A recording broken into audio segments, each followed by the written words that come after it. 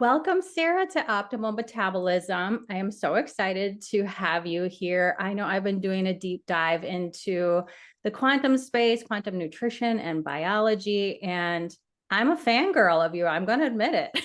I've Oh, learned a ton from you and your friend Carrie, who you do a podcast with. And it's one of those things like when you start to learn some of the things that we'll talk about today, it's like I felt like I was kind of getting into a little bit of a hole as a practitioner because I'm like, I'm teaching all of the like fasting approaches and the nutrition approaches. I've been like studying nutrition for 24 years. And a lot of my clients are getting better, yes, but there's just a lot out there that are still struggling. So I'm so happy to have found your work and your podcast and all of your information. So welcome to the podcast. well, thank you so much for having me. It's great to be here. Absolutely. So, what I would like to mostly focus on, because you are very well expert in this topic, is leptin resistance, because we haven't talked a lot about this. And it's funny because I graduated from dietetics and nutrition. I was conventionally trained in 1999. And I remember learning like a really little bit about leptin, because I think it was discovered in like 1994 or Yeah, so. 94. So it was like not brand new, obviously. So it's always been there, but newly discovered. So, I didn't get taught much about it at all. And just it's really been in the last couple of months where I'm like, oh my gosh, yes, leptin. Like that is a really important hormone. Mhm. So we'll talk a lot about that. But before that, I followed you since you were carnivore yogi. And I know you've done like a real big transition and pivot. So talk a little bit about your background and how you got so interested in what you teach today. Yeah, I mean, it's the personal story, really. I got into the carnivore diet because I had been studying nutrition. I've been coaching people. I have been working kind of in that alternative health space for many years.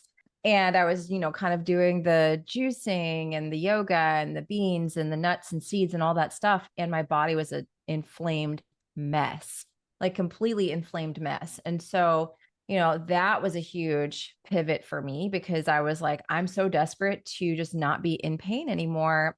And I found the carnivore diet and felt better within like a couple of weeks. I mean, it was very quick how I felt better, pretty remarkable. And so I dove headfirst into carnivore, learning more about it. I started a page as a joke, like my whole carnivore yogi thing was like a complete joke. Just like whatever, I want to follow other carnivore accounts, but I'm going to be the carnivore yogi because I'm a yoga teacher. I've been teaching yoga for 12 years. We used to be vegetarian, vegan for a while, heavily plant-based with just like a little bit of meat. And now like I'm only doing meat. Like this is ridiculous. And so I really dove into that world, got more nutrition certifications, studied under some big carnivore people who were nutritionists, doctors, and just like learned everything I could and started working with people all over the world who wanted to do the carnivore diet. And about a year in, I felt so good the first year. I really did feel good. There are a few things that I was like, like I didn't get my cycle for 3 months. And I was told by a lot of the nutritionists and doctors that I was kind of working under and apprenticing under, that's okay. Like it's just your body kind of shifting over. It's not a big deal. You're also almost 40. And so sometimes you'll have hormonal shifts during that age and stage of life. And I was just like, well, I feel so good. I'm not going to stress about it. But then after about a year, I was like, okay, oh my thyroid just doesn't, I don't feel like I'm running as optimally as I should. Depression, anxiety gone, bloating issues gone, skin issues gone. So that was like, okay, but these issues are gone, but something just it doesn't feel right. And so I kept trying to experiment with carnivore, do high fat, lower protein, never really low protein, but like, lower protein, high fat to be in therapeutic ketosis, more fasting, less fasting. It was just like more electrolytes, less electrolytes, HTMA testing, mineral testing, gut health testing, all of the above. And I wasn't like figuring it out, and then I had droves of people coming to me with similar issues, a lot of thyroid, hormones, all the other stuff was getting better, but then we're having these other little issues to pop up. And then people were getting into a place where they were becoming weight loss resistance. So I was seeing metabolism kind of downregulate just a little bit. And I was like, okay. So, and at the same time, I was like, I want to get pregnant. It was 2020. And we were all home, and I had always wanted to have a second child, but it was like, I have a daughter she's almost 17. She'll be 17 in December, but she has non-speaking autism. And that's like how I got into like alternative health, alternative nutrition, yoga, meditation. All that was because of her. Like that was my quote unquote red pill moment, was when she regressed into non-speaking autism. And so it was, again, 2020, we're home, she's doing good. And my husband and I are like, okay, if we're going to have a baby, we need to do it now, because I had turned 41 the summer of 2020. And it was like, okay, if we're going to do this, like time is ticking. And I'm thinking like, even though maybe having some of these little issues, otherwise my health is like so much better than it's ever been, because I used to have like crippling anxiety, horrible bloating, lots of pain, eczema, and all that had been gone for a couple of years. I'm like, well, really overall, I'm doing so well. So this should just be easy. And I did get pregnant right away, but unfortunately I lost that baby. And then my doctors were all like, well, you're 41. Like that's, it's really normal to have pregnancy loss at that age, but the next one will probably be fine. Got pregnant again. That next one was not fine. And that was just like such a painful experience that I was like, I can't keep, having the risk of more miscarriages and going through all of this. Is just a lot, and it's hard on your body. Meanwhile, I'm still staying carnivore, and decided to start the IVF route, and was going through all of that, which is just insane. And then I was in the middle of doing IVF when I had the opportunity to interview Dr. Jack Cruz on my podcast. And he was the first person that had ever mentioned to me the hormone leptin. And he's like very much like, oh, food gurus, it's all BS, it's all nonsense, it's all about light, it's nothing about food.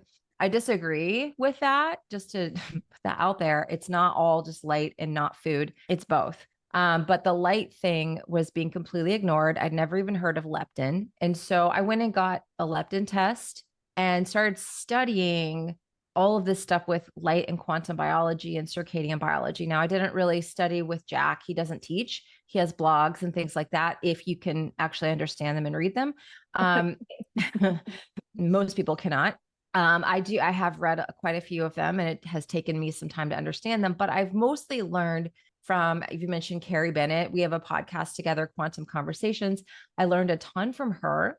And she's not really like somebody who is like a Jack devotee. She has taken a lot of what he says, a lot of the quantum biology, a lot of the information on water, and he will reference different scientists. So what she's actually done is gone to the source with a lot of this stuff.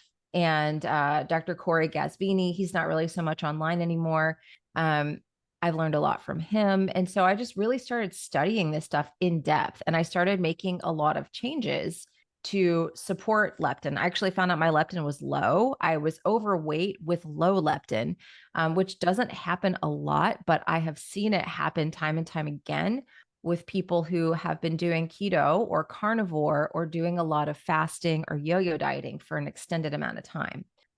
So it's not common. Most people have elevated leptin. They are just like simply overweight and leptin resistant. I was overweight with low leptin. It's not, you don't really have to do a ton of extra stuff to treat it differently than you would just like a regular leptin resistant person. It's just a presentation of how it's showing. But I started doing all the stuff, the morning sunlight. I started eating breakfast again. I started going outside as much as humanly possible, going barefoot as much as humanly possible outside to ground, spending time in nature, spending time away from my phone. I got really into red light therapy because I read some really interesting studies on red light therapy and fertility. So I kind of created my own red light therapy protocols. And Dr. Gazvini, after my 2 rounds of IVF that I did, because I was in the middle of it when I discovered all this, I did 2 rounds of IVF, which both failed. We did not get any viable embryos at all. And IVF really, I would advise anyone who wants to do it, like, exhaust all your options first. Try this stuff first because it's a pretty wretched experience and you put your body through a lot of medical trauma. And then the emotional trauma of it. And so I got through the end of it. We got no viable embryos. And Dr. Gazvini was like, okay, it's October. It's time for you to start cold plunging. And I was like, you're insane. Like, I'm not going to jump in ice water. He's like, you are an H2, you're a northern haplotype. You got to start doing a little cold plunging. And so I did. I don't want to do it every day. You don't want to do too much of it. But I started adding that in. And I was very consistent with all of this stuff. I changed my diet to be more of a local seasonal approach rather than carnivore. So I started adding in some seasonal vegetables, some fruits, things like that. Got pregnant in January of 2022 and had my son that October, James, and he is almost 22 months, 21 months, and doing fantastic and thriving. And it's just pushed me deeper and deeper into these topics of leptin, circadian biology, quantum biology. And I just passed my board exam in applied quantum biology with the American Naturopathic Medical Board last week. So lots of good stuff, lots of interesting information, and a different way to look at the body that most people, I think, are just completely missing. They're completely missing. Yeah. So I know that was a lot. Oh, it's an amazing story. And I like that you went through all of that, because you could just say, oh, I teach quantum, but to actually hear your story, there's so many women listening to this podcast. This podcast used to be called Fast to Heal. I wrote a book called Fast to Heal that have fasted and intermittent fasted and done low carb and come a long way and done a lot for their blood sugar, just like you healed a lot of things doing carnivore and doing those approaches. But for so many, and I was the same way, like I reversed my insulin resistance. I did all things, but then I dysregulated my cortisol, and my cortisol function went down the tank by fasting through breakfast for 5 years straight. Yeah. Most of it. So your story is really important to go through. And yeah, James is a wild child. He is. He's nuts.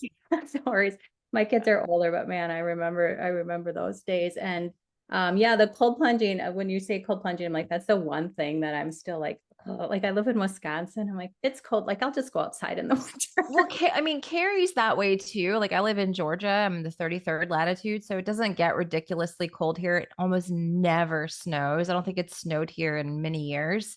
But Carrie lives up in Michigan, and she's like, I don't cold plunge in the winter. Like, no, I just can't do it.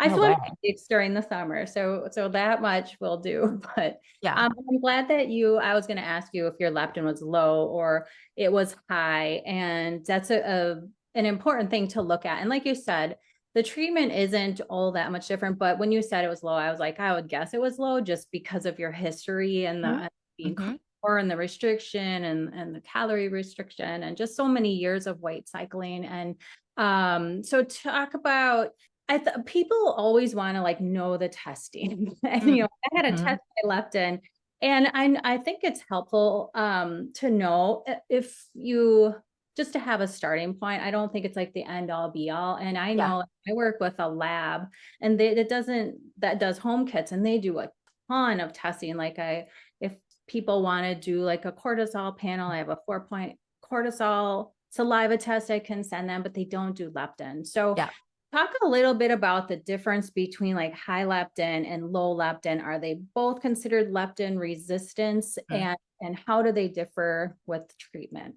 Yeah, I mean, so there's like not so many, but there's a few different ways of looking at this. Now, just to add as a side point, when I did reverse the leptin resistance and optimize my fertility, obviously, and got pregnant, I had lost 30 pounds by the end of all of that. Like I had when I was doing all this stuff, I wasn't trying to lose weight, because you don't want to try to lose weight if you're trying to get pregnant. It shouldn't be like the goal, but it was a side effect of doing all this stuff and optimizing my leptin levels. And so you can be low leptin overweight, which I was. I wasn't extremely overweight, but I was overweight. And you can also be a low leptin underweight, which I do get a lot of those cases as well now. And both have, similar like low carb, keto, carnivore, long term, yo-yo dieting, history of all those types of things. And typically with low leptin, especially my low leptin underweight, there is a lot of nervous system dysregulation as well. Like those are the tough ones, because there's typically nervous system dysregulation, and I have to send them to my friend Irene Lyon to work on the nervous system as well, because it's like your body thinks you're like in a serious crisis. Like your body thinks you're in crisis. And so we have to work on the somatic pieces as well, and working on a lot of the circadian stuff and the stuff I teach, like grounding, going outside, being in nature, being away from your phone. A lot of that stuff is going to be a natural way to work on your nervous system without even having to go through an expensive program. So I'll just put that out there. If somebody is like, I really hate to interrupt you. I should have asked you this first, like to say like what leptin actually is and what it does. yeah. And we probably should have started with that. Yeah. And then go back to the low versus high. Just because probably people like, what the heck is leptin? I don't even know what it is and why I should care about it. I mean, it's a master circadian signaling hormone. And so it signals the thyroid, it signals sex hormones, it signals the insulin glucose axis, which is huge, right? It modulates the immune system. It's very heavily correlated. Elevated leptin or leptin resistance is very heavily correlated in autoimmune conditions, mold toxicity, Cushing's disease, all these different kind of autoimmune conditions. Leptin resistance is there. And so again, it's a master circadian signaling hormone. It's meant to dock to the brain, and I say circadian because it's meant to dock to the brain at night between around 12 and 2 a.m. Everyone's a little bit different. Not everyone has the same exact hormonal cascades, but they're around about the same. And when leptin docks to the brain at night when you're sleeping, it's supposed to give like a report of how much stored energy is on the body, how much body fat is stored, and how much is glucose is stored in the liver. Like, what do we have on board? And so the next day, your body can kind of take directions. We need thyroid to operate this way. We need metabolism to operate this way. It's safe enough to make a baby or not. So it's kind of just, it's a signaling hormone. I think that the master hormones that people miss, people like, oh, my hormones are a mess. I'm like, we got to start with leptin, cortisol, and melatonin, and they have a relationship as well. And so if your cortisol is too high, that can interfere with leptin. And same thing if cortisol is too low. If your melatonin is too low, that can interfere with leptin. All these hormones, I just did a newsletter on that last night. They kind of work in a circadian fashion, and they have kind of a symbiotic or they have relationships to one another. And so there's a range that I like for people. And a lot of people say my range is really too tight. And there is some leeway on that. But for women, and this is not medical advice, I like between about a 7 and a 10. And then men around 0 to 4. I have seen men be like in the negatives, like super low leptin after lots of carnivore keto fasting, because it's happening to men also. But you become leptin resistant before you become insulin resistant. And so it's kind of like this, it's like a warning signal that something is not right in the body. It's like before you even get prediabetes, you become leptin resistant. And it's a lot of it comes down to this, your master hormones being not optimized, out of sync, and this whole signaling process not being able to happen at night where you're sleeping. And one thing I think that happens a lot is, so the leptin receptor and the insulin receptor, they sit right next to each other in the brain. And so they can compete with one another. So if you eat too close to bed, your insulin is elevated. That process doesn't happen. The leptin docking to the brain doesn't happen. If you sleep with a lot of blue light in your room, that also can raise insulin and blood sugar in the absence of food. That can prevent the docking from happening. Dopamine, anything that's going to prevent or block melatonin, because leptin and melatonin have this kind of symbiotic relationship. When leptin is at its highest point, like when it's supposed to be docking to the brain, melatonin is supposed to also be peaking as well. So they kind of operate at night on that sort of a symbiotic relationship. And so typically, if someone wants to test their leptin to see what it looks like, I'll have them do a blood serum fasted, because anytime you eat, that's going to impact your leptin levels, similar to insulin. Blood serum leptin test, and you do that in the morning. I don't like it to be over 14 hours fasted, because that can impact your results as well. Like if you're fasting for too long, it can make your leptin levels appear a little bit lower than they should. And so yeah, that's how it works, is a master circadian signaling hormone. So it's giving instructions and directions, and it also impacts your satiety. It's also, leptin is abundant in your adipose tissue. And so when someone is overweight, typically they have elevated leptin, and it's like their body doesn't actually know, because there's so much leptin floating around in the body. Your body is like, I don't even know like what's going on. Like, I don't know, I can't regulate. And so that's why it's correlated with a lot of thyroid issues, cortisol issues, sleep issues, sex hormone issues, fertility issues. So, and we could talk all day about the literature, because they try to study it to see, like, if we inject leptin into someone, is it going to improve fertility outcomes, improve menopause symptoms, hot flashes, endometriosis? And the answer is no. They've not been able to manipulate it artificially through injecting it into a person. The only way that I have seen people be able to effectively and for the long term heal leptin resistance is through circadian biology, quantum biology, and nutrition, and combining those three things together to get your body to have the appropriate signaling. So that's cortisol, melatonin, and leptin. All of these are operating as they should. And then support your mitochondria as well, cellular hydration. All of those things are really important as well when it comes to healing leptin resistance. So I don't know if that answers. Oh yeah. Yeah. Okay. There's a lot of information. It's a lot. It's a lot. It is. And it's a lot to learn and a lot to take in. And, even the whole insulin resistance piece, like, I feel like people are starting to at least kind of know about that. And I've focused on that for the last 5 or 6 years as a practitioner. And it's like, now that I'm finding out how the hormonal cascade is actually, like, insulin is below the cortisol, the melatonin, and the leptin. It's like, yes, we can. And I've helped tons of people regulate their insulin to a certain degree, but it doesn't always stick. And then it's like, oh, well, I'm still struggling. And it makes sense. So it's like so many of these concepts just seem foreign, because we're just like learning about insulin resistance, and tell your doctor to check your fasting insulin. They're like, oh, my fasting glucose is 100. I'm like, no, fasting insulin is different. It's a different thing. And now all of a sudden it's like, okay, that is dysregulated, but we have to go a tier above this and look at leptin resistance as well. So you talked a lot about what drives like low leptin. And like I said, I think a lot of my population probably see this. And then the drivers of high insulin, because it's produced in the adipose tissue and the fat cells. Is it mainly just like being overweight? Is it overeating? Is it high insulin? All of the above that's driving the high insulin levels? I mean, all of the above. Sorry, the leptin levels, not the insulin levels, the high leptin levels.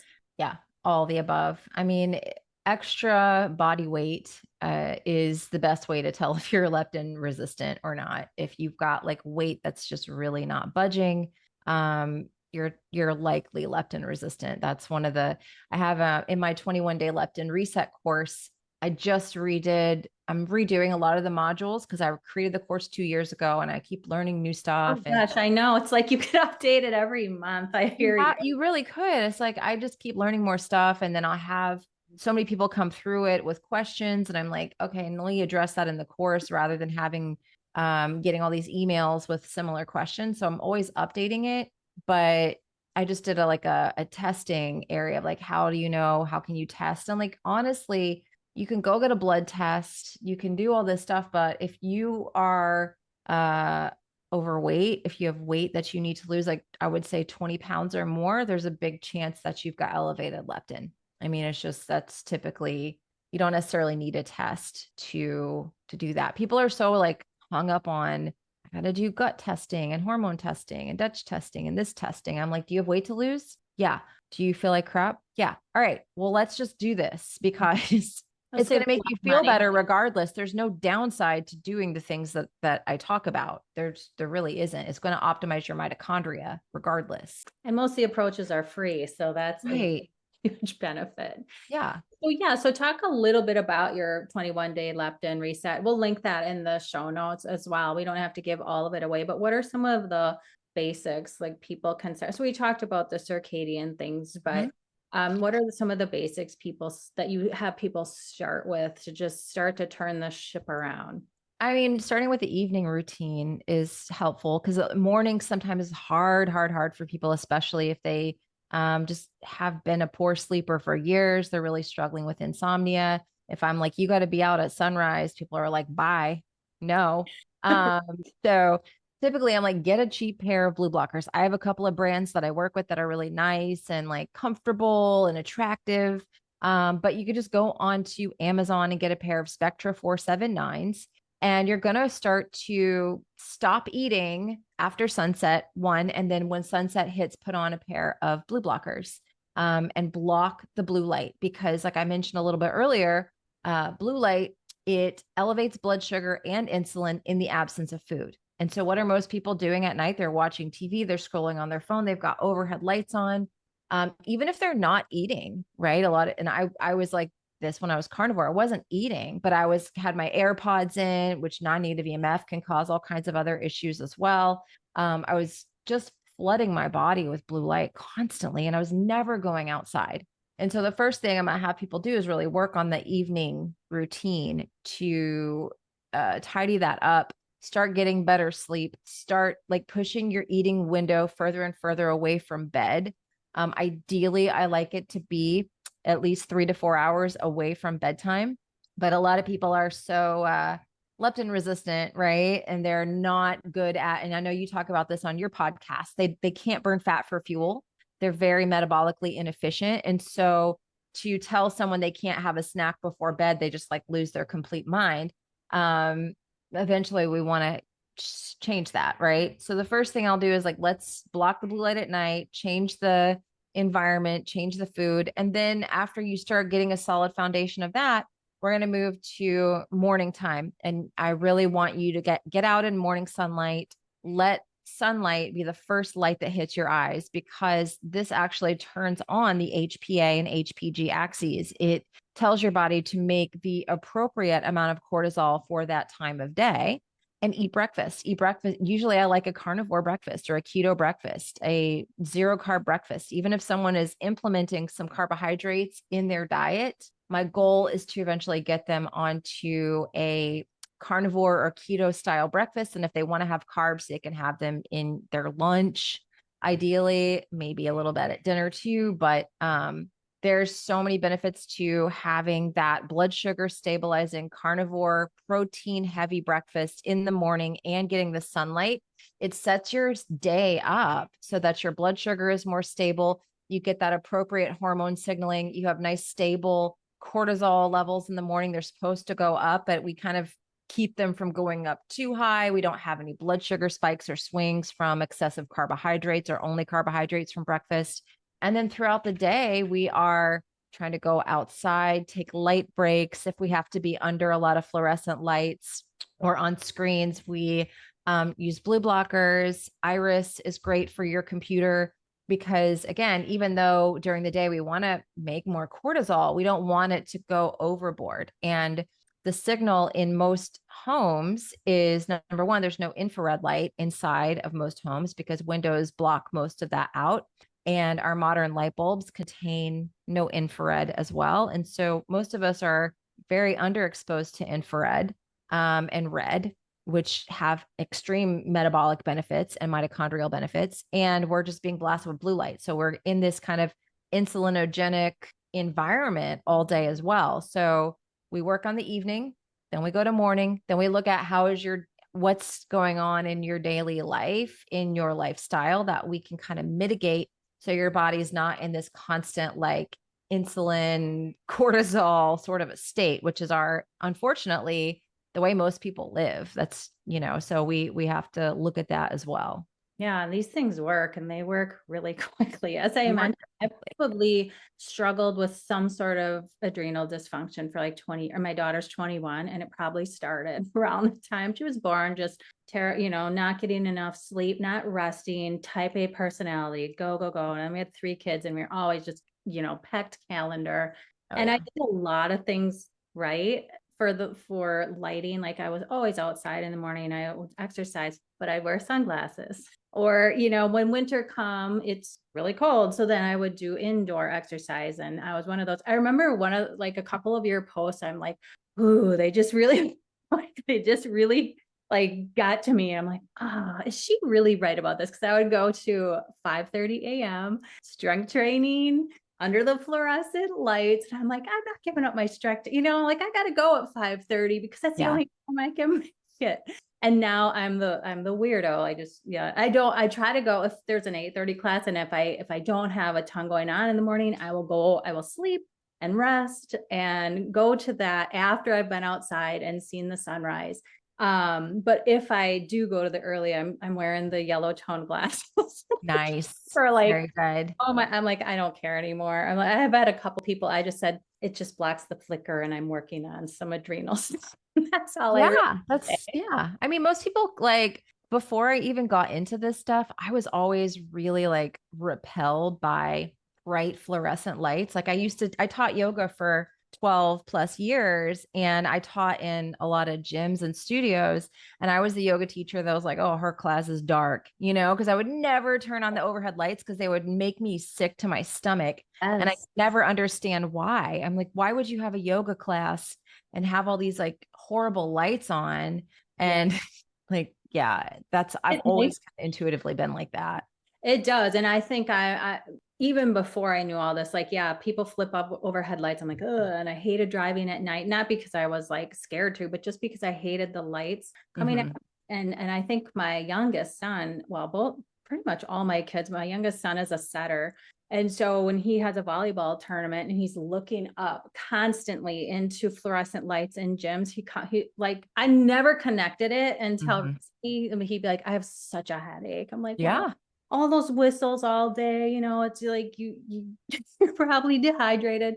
It's the freaking fluorescent lights. And then my daughter too, sometimes she's a teacher and she has to sometimes, if it's not where like her setting, she has to be under a lot of fluorescent lights.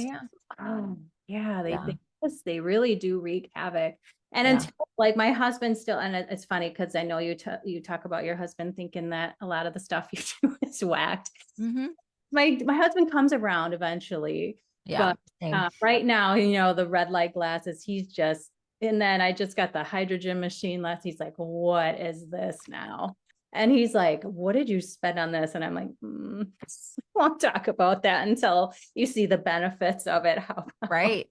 My husband sleeps with the inhale. Like I have a machine next to his bedside, our bed, and he'll go to sleep with the machine inhaling. Really? I didn't know you could do that. He loves it. I mean, we unplug it because we don't want the non-native EMF. Like if one of us wakes up, I tell him like, if it beeps and it's done, unplug it.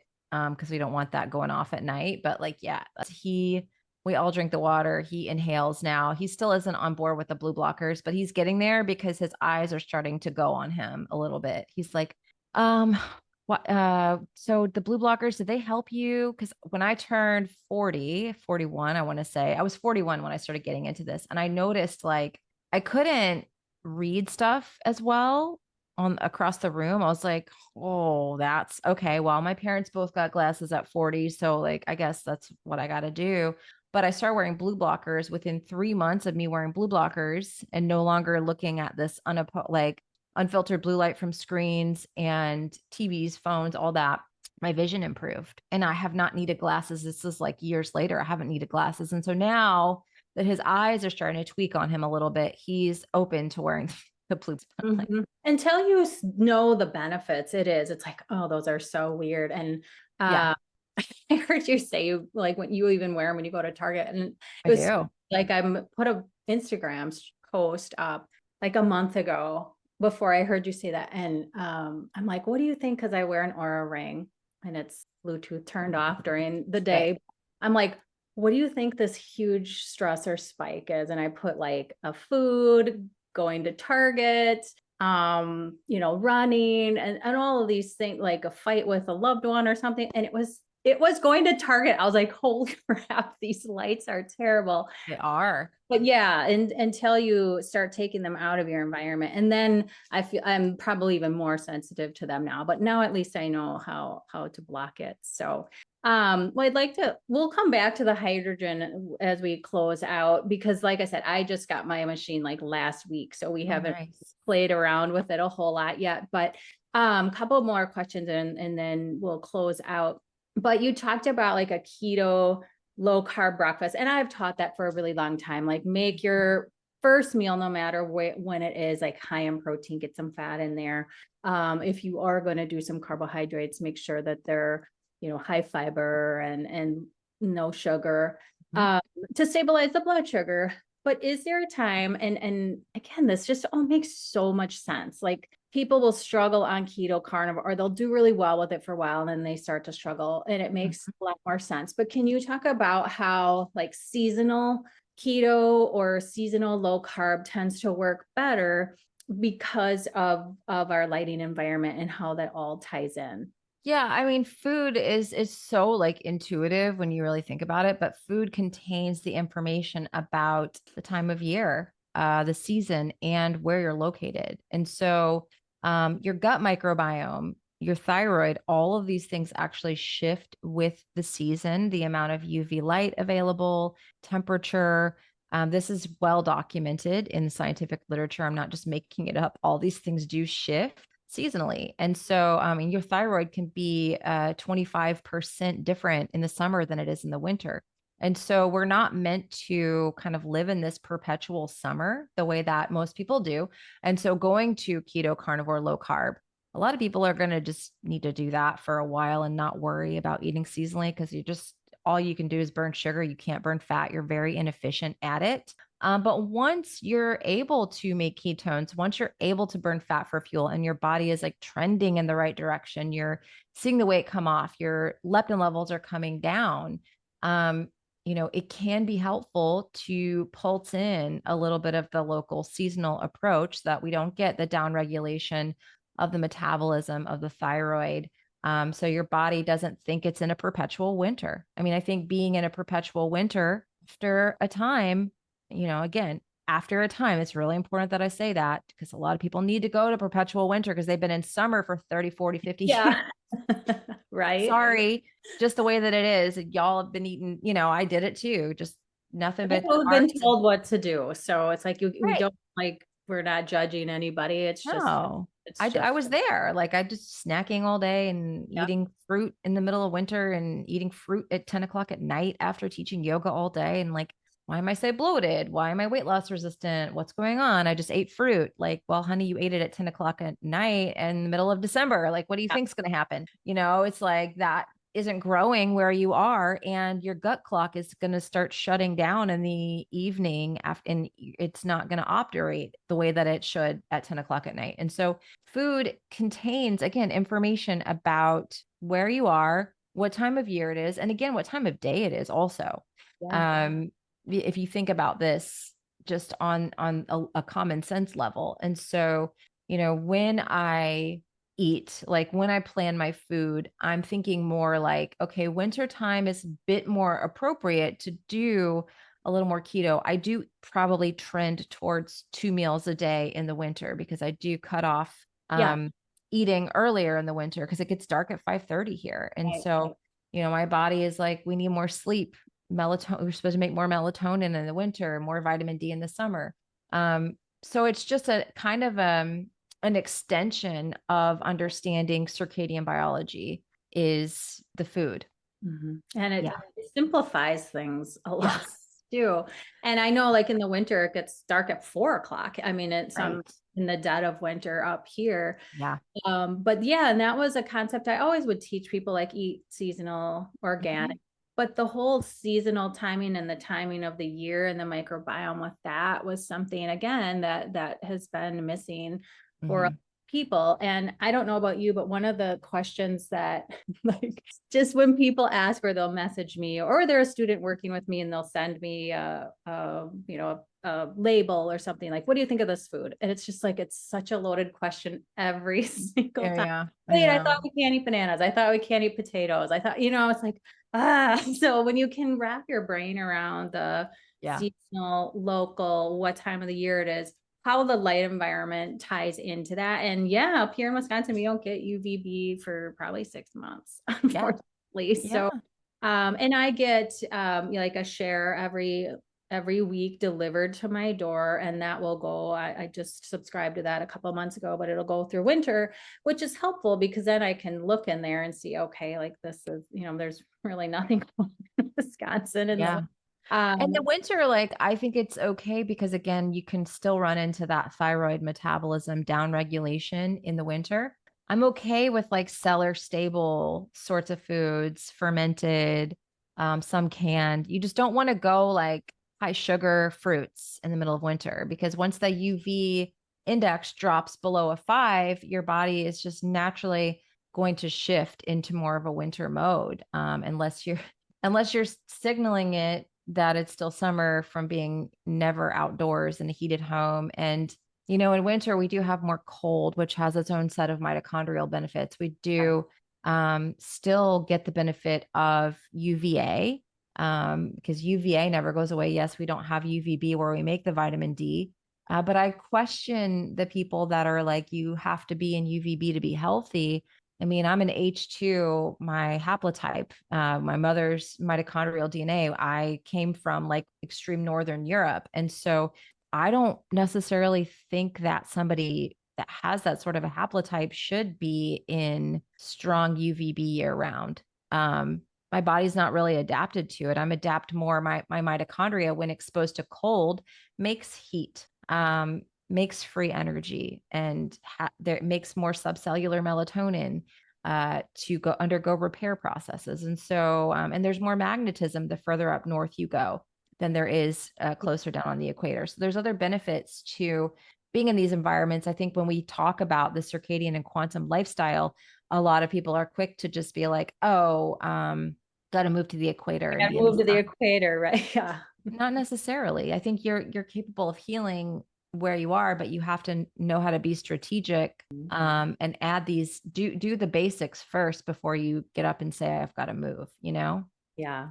Yeah. And it makes me understand, like I've been in Wisconsin my whole life, and we usually take some sort of vacation in the winter to Florida or somewhere southern where there is nice sun. And Huh? you know, you're gonna burn regardless. I Mhm. mean, I tan pretty easily, but not when I go to Florida in January or February, and I've had no exposure to Mm. UVB light for months. And then you wonder, and then it's like, you know, us northerners always say, oh, the southern sun is just so much more potent. It's like, well, not really. It's just we aren't accustomed to those types of frequencies, and all of the exposure that people are south of us are still getting. So and I know, so this all of this podcast is jam-packed full of so much information and a lot of great basics to start with. And I know there might be people sitting there like, oh my gosh, I'm so overwhelmed. And I thought I knew a lot about, you know, a lot of metabolic processes, but this is how I felt a couple of months ago also. And I'm like, I thought I was teaching everything I needed to teach. And, you know, so just to tell, like, let people know again, like, there's practitioners like us who have been teaching this for years and years. And it's, you know, you learn these concepts and they're very overwhelming at first. And they might, you know, all of the cascades and the hormones and all of those seem a little bit, intimidating, but really, just like you said, you start with your nighttime routine. You don't have to like know all of the hormonal cascades that are happening and then go to the morning.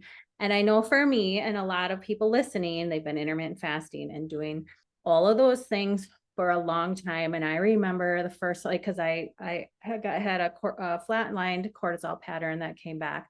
And I'm like, okay, I gotta start moving. And I was always like a breakfast eater. I was always hungry in the morning. I like, it was always hard for me to fast through breakfast. I told everybody to do it. And I'm like, okay, I gotta start eating breakfast. And like, just a beef stick was a challenge at first because it's in your head that so just understand that you can go slow. Yes, just do little by little. I started with a beef stick, and then I would have a bigger lunch and just do little by little.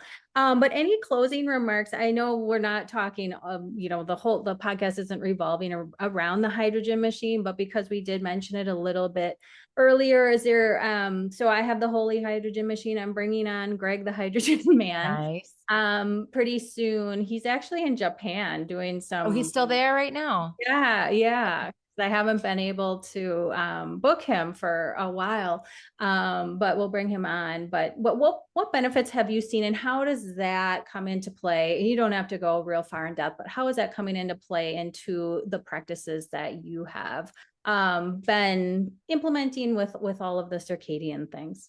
Well, I mean, we got the machine for my daughter because she has struggled with some autoimmune issues for years that got really considerably worse last year. And so Greg, actually, we talked for a couple of hours on the phone back in end of December. And I was like, all right, what do I have to lose by trying this machine? And so I got the machine after talking to Greg for a couple hours and got my daughter on it. And right away, we start to see improvement for her with this autoimmune condition that she has really been struggling with. And the only treatment that medical doctors have been able to offer us, our insurance has blocked us from receiving. We're still blocked 7 months into actually having the recommendation from the head of neurology at the Children's Hospital. We're still blocked from receiving the treatment. It's disgusting. So you really have to take your health into your own hands. And I feel like the one thing your healthy family needs, and then you can't get it. Right. It's like, okay. Yeah. So there's there's always a reason why we come into different stumbling blocks. So I'm just trying to trust that. But yeah, I've seen a big improvement with her. It's not been perfect. We still have a lot of healing to do. But some of the behaviors and things that she was having have not seen resurface, which has been nothing short of miraculous because we struggled probably for 7 years with certain behaviors and things that she would do. And I haven't seen it at all since we started hydrogen in January. And then for me, I had my son and I lost all the baby weight. It took me about a year to lose all of it. I did it pretty slowly and just did all the things I talk about, nothing magical. But since I've been on the hydrogen, I definitely feel like my metabolism is kicked up a notch. Like, okay, I just got away with that. Okay. And I think it's like a combination of everything that I do. I don't think it's just the hydrogen, but I definitely have more energy. With the hydrogen, I sleep through the night. I don't wake up in the night. I'm 45, so I'm definitely hitting perimenopause and those hormonal shifts that are natural to this age and stage of life. And I was waking up to pee 2 to 3 times, and now 0, like just sleep through the night. And so definitely seeing benefits there with my metabolism, and then my sleep and just overall energy and resiliency has definitely gone up. And I've been using it. Here we are at the end of July, so I've been using it since January. So yeah, I'm excited to keep trying it out. We actually just got another machine that is a bit higher powered, but it's also about 3 times the price point of the Holy Hydrogen. So wow, and the Holy Hydrogen is an investment. It's an investment. This one's about 3 times more wow expensive. And so, but we're just at the point with my daughter where I'm like, okay, she's doing so good. What if I buy something that is more powerful? What will that be helpful? So I'm a big believer in hydrogen, period. I think it's just an underutilized, underexplored modality that could definitely help people. Yeah, so much research out of Yeah. Japan. One of our sons struggled with ulcerative colitis for many Mm. years. He's been in remission for a long time, but he's been on a low dose antibiotic therapy for years. Oh, wow. He's going to be a sophomore in college. So you can imagine his lifestyle right now, but we didn't have Yeah. any major setbacks as a freshman. But I mainly wanted to get him started on Mm. it. We can possibly, we all know those antibiotics aren't great long term, No, but they're I keeping them know. in remission. And the alternative is way worse. I And know. I don't want to rock the boat with where he's at, and he's afraid to come off of them. But he also Yeah. has struggled with acne and kind of all over as a result of being on those antibiotics Antibiotics. for so Yeah. long. And my daughter has acne, PCOS, and some other hormonal issues too. So I'm like, you know what?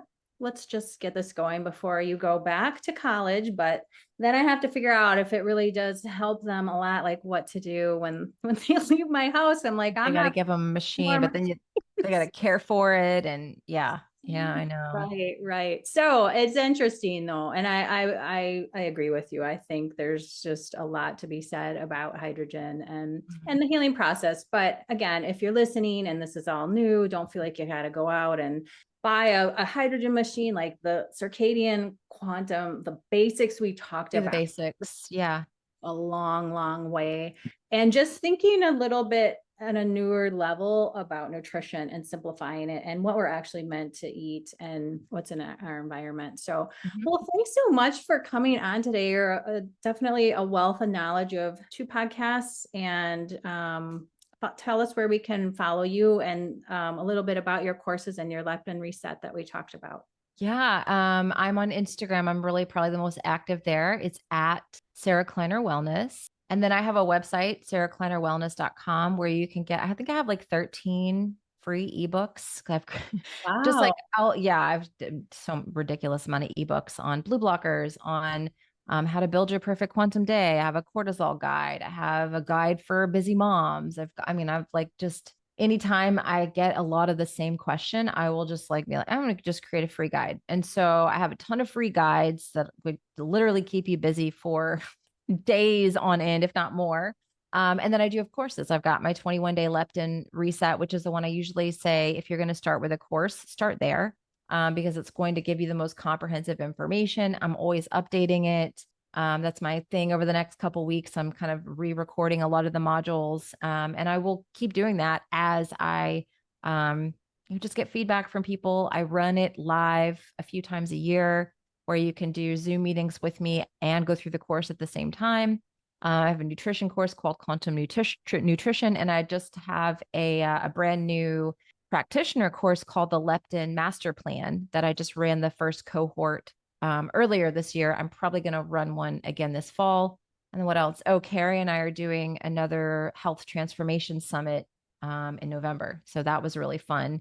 We'll be doing that again. So, and I've got an app coming out very soon that's going to put together a lot of the circadian stuff into one centralized place that's less confusing than some of the apps that I refer people out to. So Awesome. lots of stuff You're a going on. busy lady. It's a good thing you do all of these strategies, or you'd be out of Insane. your mind. Exactly. I am a little insane sometimes, but That's I okay. go lay on the ground. Like that's what I did before we were filming. I just was like laying on the ground with Yep. like no clothes on in my backyard, just totally normal. Yep. I was outside too, working on my computer for probably an hour, sitting on the ground, laying on my stomach. I wasn't naked. We do have a pretty private backyard, but I was in the front yard. So I'm like, okay, we'll Yeah, you can save wear that clothes for in the front later. yard. Yeah. Well, thanks so much for coming on today. I'd love to have you back at some point Yeah. and talk even deeper. But I think we've really introduced a lot of great things to listeners today. So thanks for all you're doing in your space and what you do to help heal people. Thank you. It's good to be here.